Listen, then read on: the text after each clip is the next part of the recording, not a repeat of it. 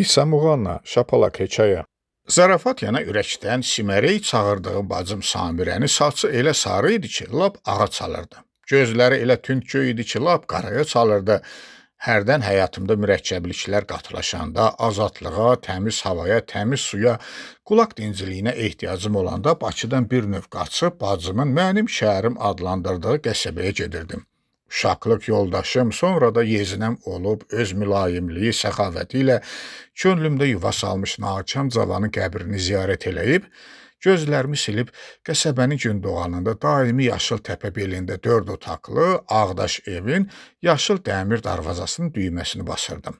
Samirə Jüqili mühaysiz, küysiz, sakit, dərin sevinclə qarşılayıb, öz sakitliyinin əksinə qışqırtılı şadlıqla atılıb düşən, dayı, deyə boynuma sarılan 4 qızının 4-ünə də səfərbərlik elan edirdi ki, ən çoxu yarım saat müddətində manqalı hazır eləyib, dayının beluqalarını, yəni mənim telefon zənginin gəlirəm kəlməsini eşidəndən sonra dəstəyi yerə qoymadan balıqçı Nüsrətə zəng vurub qağam gəlir deyib gətirdiyi balıqlarını şişlərə taxmaq, samavarı qaynatmaq əmri verirdi.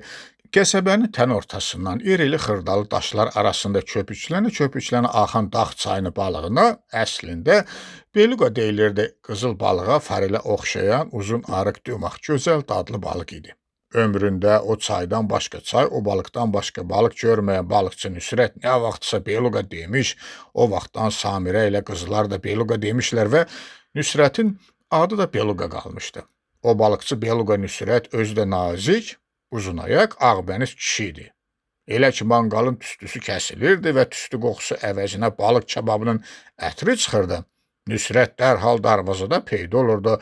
Dinməz söyləməz, yəni salamsız şalamsız gəlib həyətdə tənək çardağının altındakı stolun o tərəfindən bu tərəfinə əl uzadıb, əlimi sıxırdı, tutarağının şüşəsini pencəyinin altından çıxarıb, taqqıltı ilə süfrəyə qoyurdu.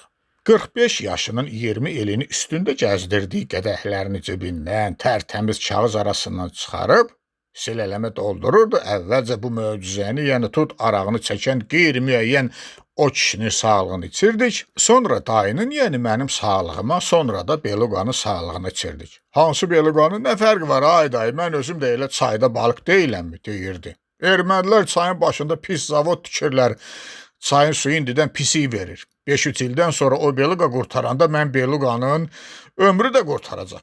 İçək, ömrümüz uzansın, deyirdi. Və beləcə salam verməyə də bir növ ərinə beluqa Nüsrət dil açıb, sonra Samirənin, sonra qızların sağlığına içirdi. Axırda şüşənin dibi qalanda isə bunu da adladaq, erməninin ömrü də belə qurtarsın deyirdi. Və bu sonuncu qədəhdən sonra boş şüşəni pencəyin altında, kəmərin altına, qədəhləri cibinə qoyub yenə dinməz, söyləməz çıxıb gedirdi. Niyə xoşum gəlmirdi bu adamdan? Məzəli, duzlu, heç kəsə oxşamayan, orijinalni kişiyəm dayı, yoxsa öz sağlığımı sən təki kişinin sağlığını qatmaram, deyirdi. Allah məni saxlasın kirva, deyib əslən erməniliyini yada salıb ləhcə ilə danışıb qızlarla Samirə ilə bərabər məni də güldürüb əməlli başlı şənləndirdiyinə baxmayaraq gizlində xoşum gəlmirdi. Özü erməni, adı Nüsrət, sonuncu qədəhin dibində son damlalara baxa-baxa, ermanının da ömrü elə belə qalsın, ay kirva, deyən adamı kim xoşlaya bilər? Açıq deyim, 200'lü idi, tamam açıq 200'lü. Ənbə dözürdüm hərdən, hətta yazığım gəlirdi ki, ermənilərin yenə Qarabağ göz dikdikləri məlum olandan sonra bu bədbəxt belə alçal 200'lük eləyirdi. Haradan biləydim ki, Arak yoldaşım dəhşətli düşmənmiş. Hər şey birdən-birə açıldı. 1988-ci ilin payızında ermənilərlə münasibətimiz mürəkkəbləşəndə istər-istəməz yenə zəng vurdum. Simərey, Samirəmə gəlirəm dedim və həmişəki kimi əvvəlcə nakam cavan yeznəmin qəbrini ziyarət elədim. Çünki ürəyimdə sıxıntı vardı. Samirə, qızlar, bütün ailə bədbəxt, mən isə o bədbəxtliklə o qədər də düz gəlməyən dinclik, rahatlıq, beluqa tutarağı istəyirdim. Deməz, sıxıntının başqa səbəbi də varmış. Torpağımızda, Kəlbəcərdə, Laçında müharibə açıq-açığına getdiyi, qan töküldüyü halda Nüsrət yenə stolun o tərəfindən bu tərəfinə əl uzadacaq, pencəyinin altından şüşə cibindən qədih çıxaracaqdı. Bu nə əcaib vəziyyət idi. Əsrlərlə içərimizdə, torpağımızın ən gözəl ab-havalı yerlərində yaşayan, necə deyərlər, can-hacan olan xalq indi yenə silah götürüb qanımızı tökürdü. Mənim hətta başımda duman, ağırlıq əmələ gəlmişdi. Nəysə, gəlirəm dedim. Dediyim kimi əvvəlcə qəbristana getdim.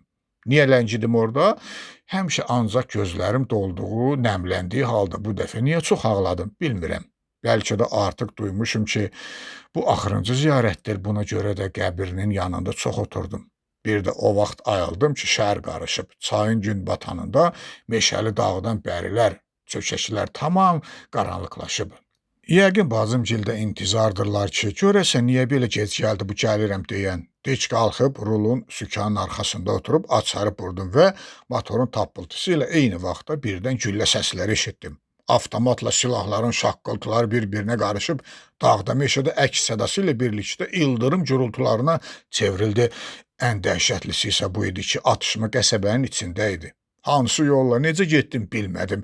Samirə darvazanı açıb maşının qabağında duranda açıq sarı saçlarının ağlığı ilə sifətinin ağlığı qarışmışdı. Gözləri böyümüşdü. Qızların dördü də Samirənin sağ solunda titrəşirdilər. Çünki avtomatlar lap 30-40 addımlıqda Nüsrətin 2 mərtəbəli evi səmtində şaqqıldaşırdı. Nüsrət özü isə burada, həyətdə, Samirənin qızların sağ soluna keçə-keçə əllərini, dizlərinə çırpa-çırpa qışqırırdı. Ah, gəldilər, ay dayı, səni Allah özü yetirdi. Başını xoddan salma, erməni gəldi, qaçın. Qaçın, erməni gəldi, ay dayı, mən bədbəxt nə eləyim indi? Nə o tərəfə gedə bilirəm, nə bu tərəfə. Siz qaçın, tez olun. O deyib, bax, bizim hasarın dalından atırlar heyvanlar. Ah, eviniz eşinizi qoruyaram, saxlayaram, lap qurban verərəm özümə, əmbə saxlayaram, siz qaçın. Bu haray həşər içində Samirənin sakit, əməlli başlı sakit səsini eşitdim. Dünən də belə oldu. Qaçan qaçdı, mən qaldım. Uşaqları da qoymadım getməyə. Hara qaçıram? Öləndə də ölək.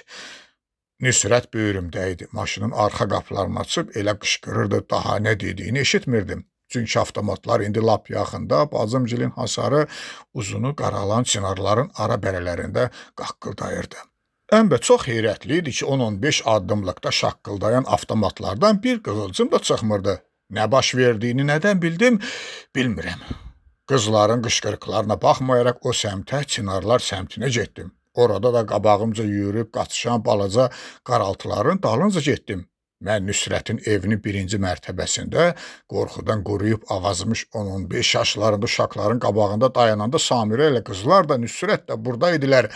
Uşaqlar bayaq çinarların aralarından qaçanda şaqqıldayan maqnitofonlar da əllərində.